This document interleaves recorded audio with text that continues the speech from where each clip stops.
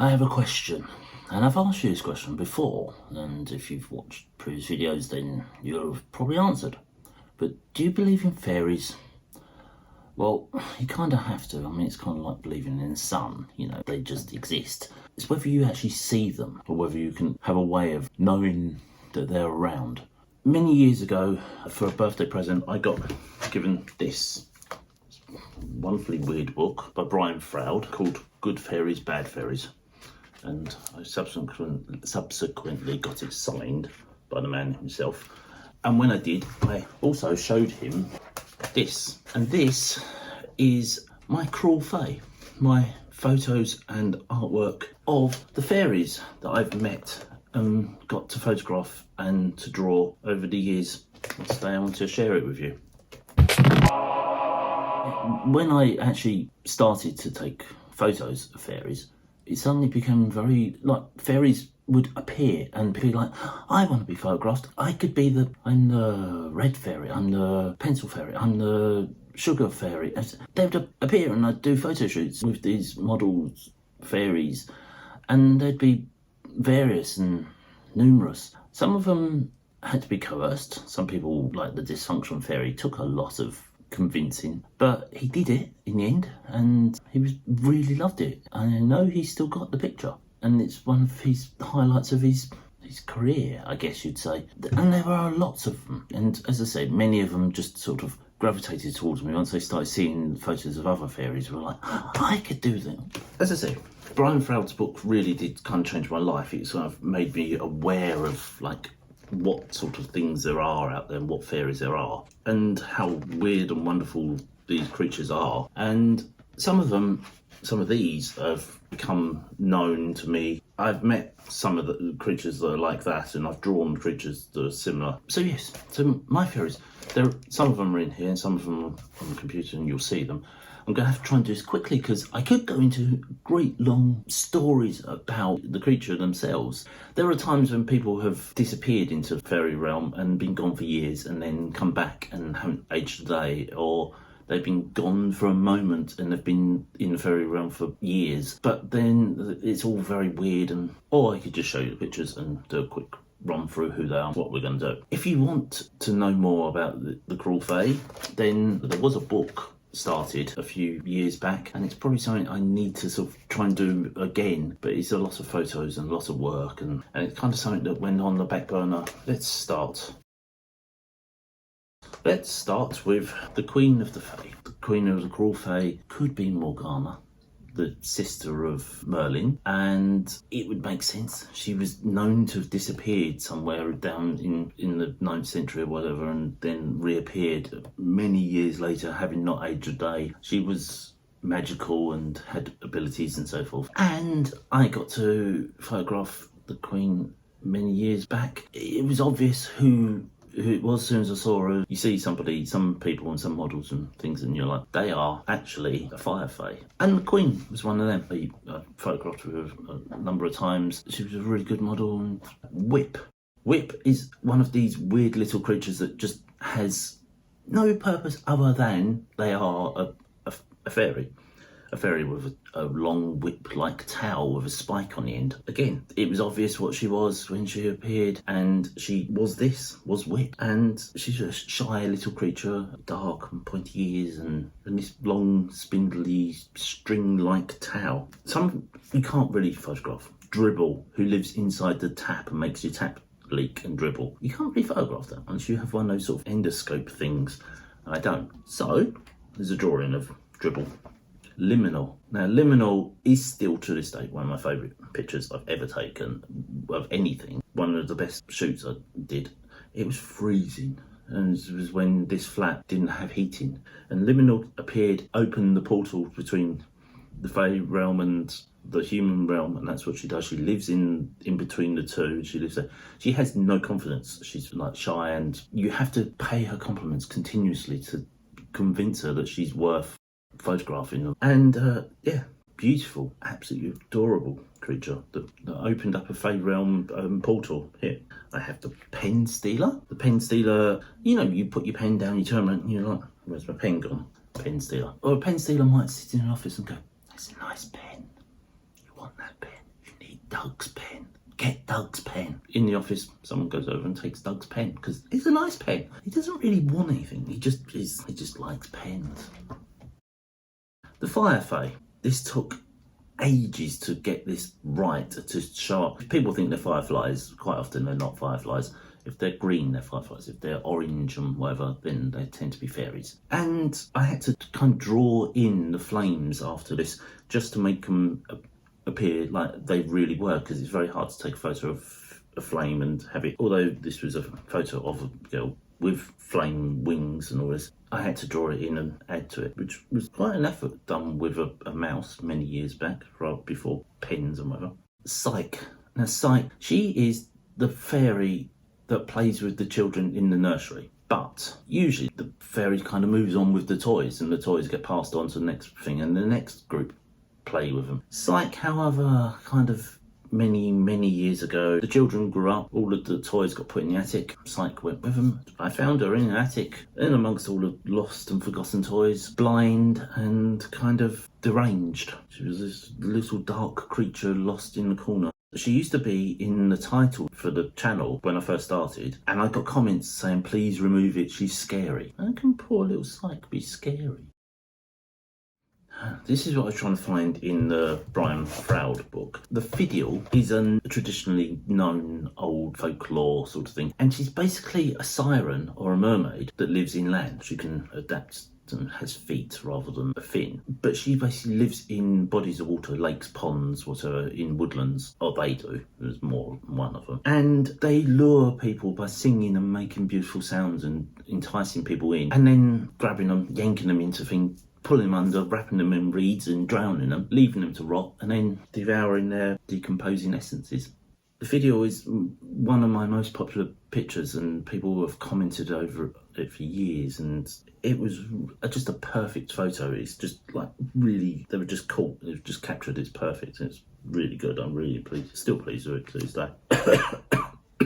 As you can hear, a bit of a sore throat, because I got the larynx fairy in me. Larynx is just that tiny little thing that flitters up and down inside your throat, tickling your throat and making you cough. You know, there's a reason for everything, and there's a fairy for everything. The anti-fairy is pretty much just like, it's just a good fairy. Amongst the Cruel Fey, they're dark, they're devious, they're naughty. They're not necessarily evil, some are, but for the most part, they're just devilish, devious, demonic, naughty, you know, little things. They're not mass murdering serial killers. They probably are, but I don't want to meet the mass murdering serial killery type fairies. But they're on the darker side, the bad fairy sort of side of things. But then you have to have the exception to prove the rule. And the exception in the Cruel Fey is Anti, a white goth, a creature like is pretty and flowers and wants to do nice things and help. Yeah, she's chained up in a cell with a manacle around her ankle to stop her getting away and doing good. Talking of naughty, perfect example, Shred.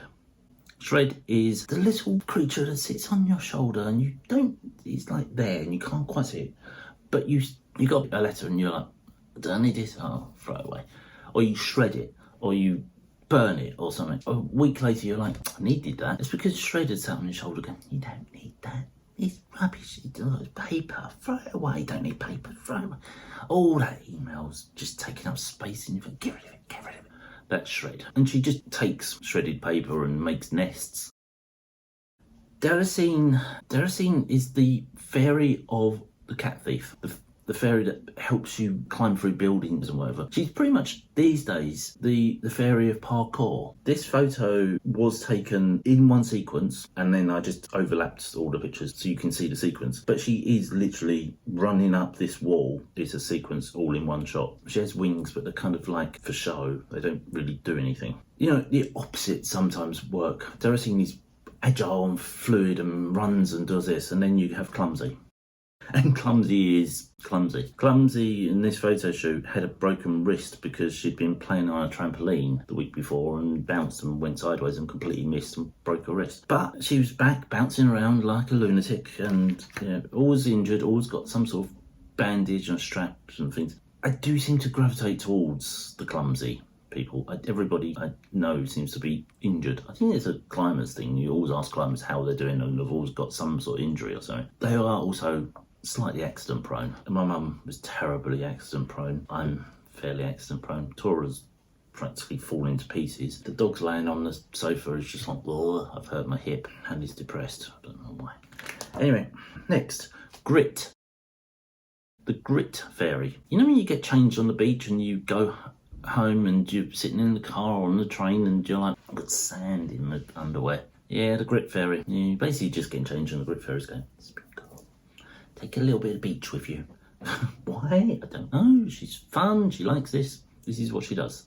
Blackberry fairy. Tora saw while we were blackberry picking. It landed on her hand. It's like a little lady in a red dress. It was all skin. And we've subsequently seen some others. Once you wear or something, you kind of see them more. And we've seen them at Walthamstow reservoirs. But they kind of look like they've got berries on them at times. They actually look like a berry. But they are the blackberry fairy, and they cultivate the blackberries, as does the blackthorn fairy. Now, blackthorn fairies are a lot more of a traditional story. Basically, blackthorn sloes are like berries that you make gin with, but you can only harvest the blackthorn sloes in about October leading up to Halloween. Once it gets to November, they rot really quickly. Blackie, the blackthorn fairy, cultivates and helps and guards the sloes by putting thorns and looking after them, and then tries to make birds pick them and people pick them for gin and whatever. But the moment it hits November the 1st, it said you mustn't touch them because the pisser fairy, her little brother, has been round and peed all over all of them, rotted them.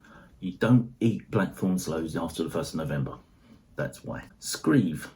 Like Deratine is the patron fairy of parkour, Screeve these days is kind of the patron fairy of graffiti artists. She's the little fairy that entices and it suggests that you draw on walls or write on desks or carve your name in a tree. That's Screeve. She's bright, she's colourful, she's energetic and buzzing, and she loves making you write on walls and things, anything, everything. But should you be a graffiti artist and you're looking for something to write, you'll do worse than write the word Screeve. You'll invite her in and she'll help you. These are things that happen. You invite fairies in, you look after them, they help you. That said, there's a fairy that's always been around in this flat, and I've always had it, and it's called Relo.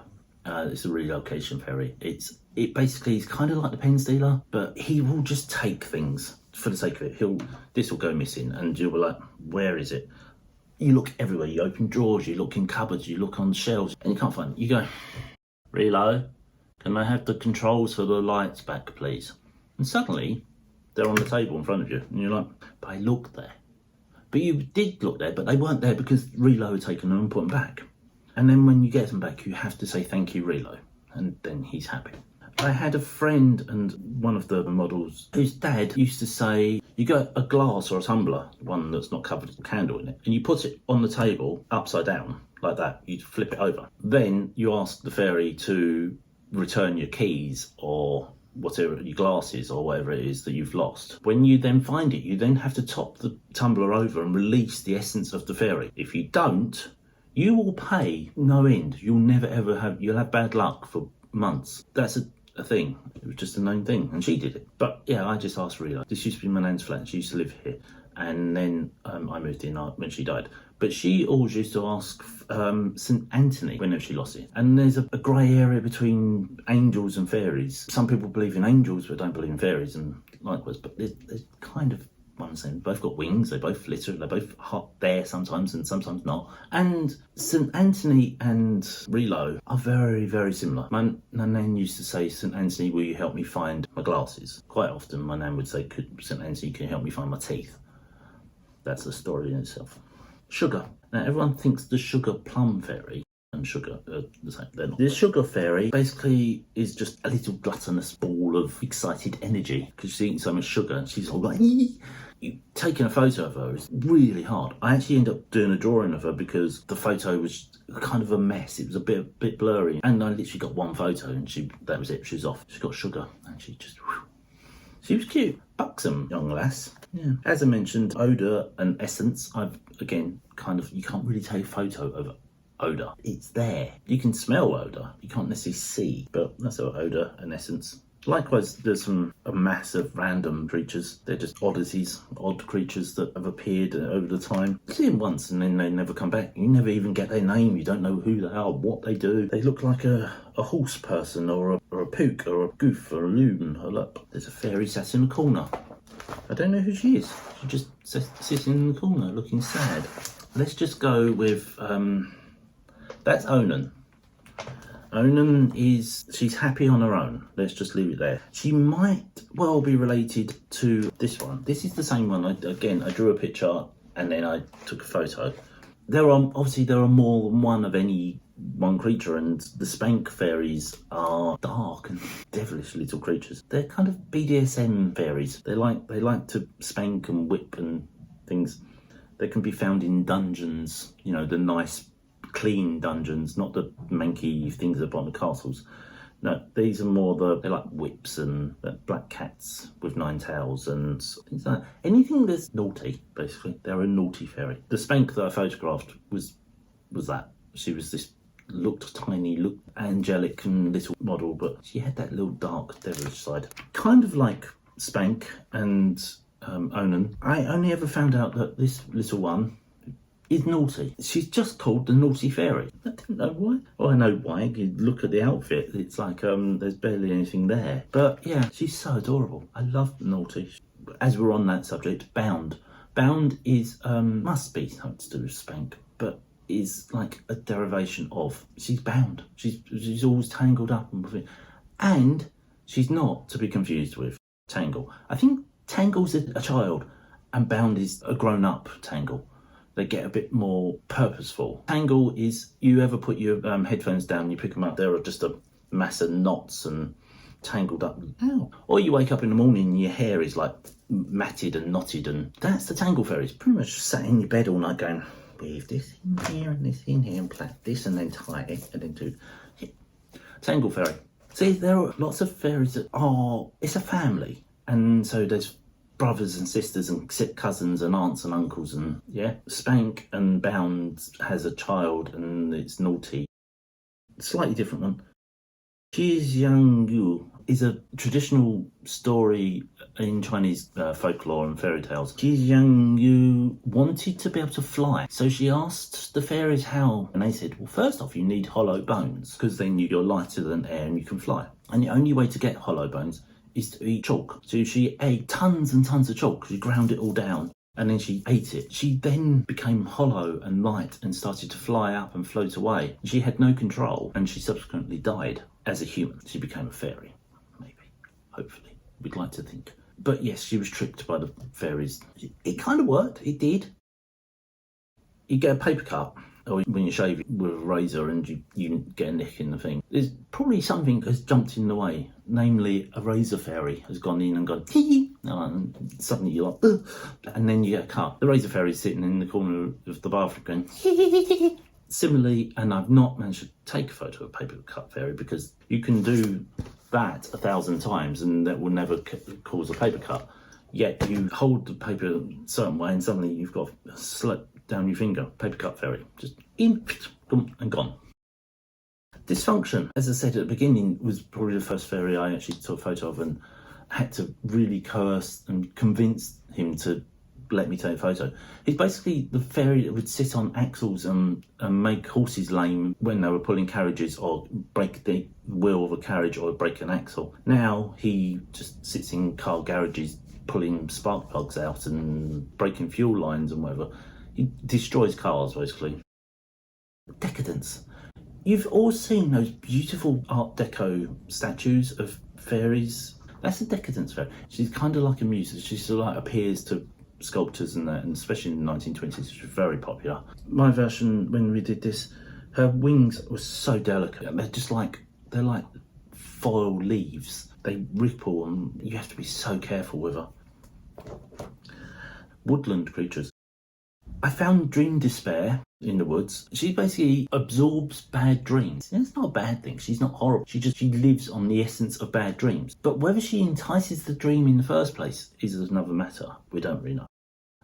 The Oris clan. Oh my god. Some of the Oris clan are, if you put them on their own, they're adorable, lovely. One of the little one, she was a beautiful little creature, tiny, with huge eyes, and this like delicate little creature. But her sisters and niece and cousins and whatever, together, they practically look like each other. They're all like variants on each other, but they're so loud, screaming, running, charging. But I think Tangle is one of the Oris clan, but there's Norris, Doris, Boris, Coris, and Cloris. She's a bit grumpy. Horace, Zoris, Torres, Morris. There are just millions of them. They're just everywhere, and they just seem to be chaos. For lack of anything else, I don't really understand. Getting dark again. Dream Despair and Hobgoblin, I can never say it properly, Hobgoblin, may be related, maybe sisters. Hobgoblin is clearly my favourite picture. It's the most loved fairy. She's this sexy little dark creature, lives in dark corners and things, and causes a great deal of bad dreams and so forth. But and these long fingers and these wispy like wings and this deformed, you never quite get a good picture, and you can see his pictures all like warped out. The Lizardline, I have no clue what a Lizardline is or does. Just this little spider-like creature that appeared one day and I got to photograph her. Blood Fey. They like carcasses and killing. They're often seen on battlefields, enticing people to slay and whatever. They're the creatures that go around and skin people alive. And when the battlefield used to be over, they used to get the scavengers who'd go around and steal the jewellery off of the soldiers and take the swords and whatever. There were Blood Fey would take on human form in order to do this and go and ransack the battlefield. Succubus. The succubus was the strange thing. There was something about when taking that photo, the essence of the photo and everything just got absorbed. So in the end, I kind of had to sort of manipulate the picture to capture what I saw because it wouldn't come through on photo. Wraith, much like succubus, drawing the essence of your person, scaring you. She's just scary. There's more of these. Vamp, for lack of anything else, I don't even know what she is. She was just this creature, but she was really scary.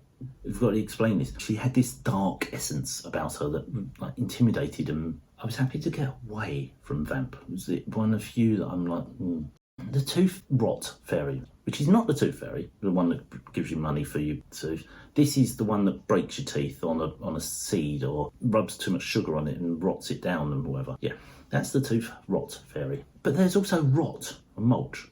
Rot and Mulch are very similar. Rot lives in forests, and pretty much anything that rots is in their domain. And love manky, gooey, giggy, yucky compost and things rotting. But the Slime Fey, again, not a very covered creature. Slime Fey just loves slime. It's kind of the same thing.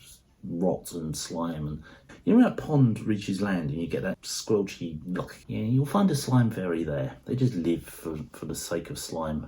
Ripple, I'm still not sure about Ripple. I don't even know if Ripple was actually Cruel Fey or what. They were just this creature, just with very almost like a towel and not wings. She was beautiful, and she just appeared and fluttered through, and oh god, it's getting dark in here. It's not going to get any better. The Motley Fairy, you get cold and you get motley, and basically it's a Motley Fairy. It just means you had the Motley Fairy sitting on you and running around. Again, I don't know what she's for, but she's kind of like a magpie. She likes bits and sparkly things and garish clashes. I almost forgot. Luna, talking of it getting dark.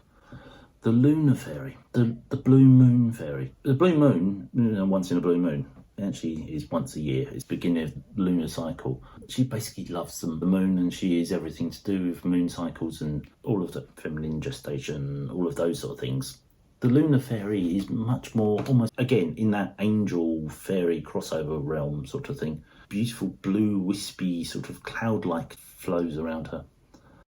The Death Scythe, I don't even, it kind of was like Vamp. I don't really want to go into that. I don't really want to see Death Scythe, but what that was about, I don't know. Just a scary creature with a scythe. I never got a full story. Blush. Now, Blush is... Blush makes you blush. Blush has got a dirty little mind. Got to be related to Spank. she'll tell you something, sit on your shoulder, tell you something, and then blow sparkles all over you, and you end up with a glowing red face. Yeah, people will know that you had a dirty thought because distraction, otherwise known as the procrastination fairy, just sits on your shoulder asking you random questions. Why do lions have green feet? I don't know. You know, who knows? Distraction. She's there to distract. I almost forgot about the diva fairies. Diva fairies, there's millions of them, you know, they're everywhere because there's millions of performers, there's millions of divas. The little creatures that sit on your shoulder and scream, sing louder, faster, more. You get hundreds of them in a film studio. Diva fairies sucking on the energy and boosting energy and elevating everything.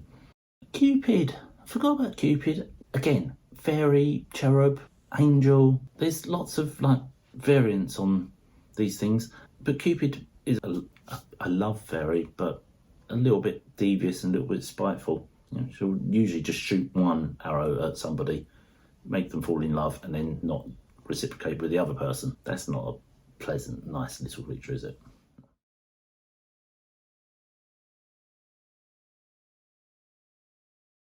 It's got so dark I can't see, but there we go. I think that's most of the fairies that I've encountered over the years. One day this will resurface once again as a book. It's a lot of work. There's lots of stories and lots of things to go in it, but I want to share that with you. And so I hope you liked the Cruel Fey, and if you're interested in the book, please let me know because it could be redone. And if you like these stories about things that I've done, and please let me know.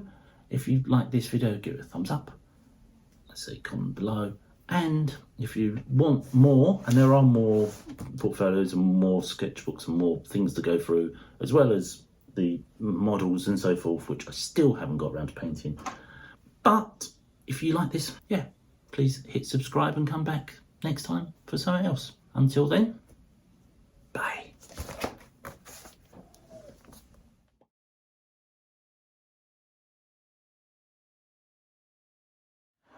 Ooh, as usual, interruption. Every time, without fail. There's probably a telephone fairy. Probably somebody, a fairy on there. He's busy, phone him.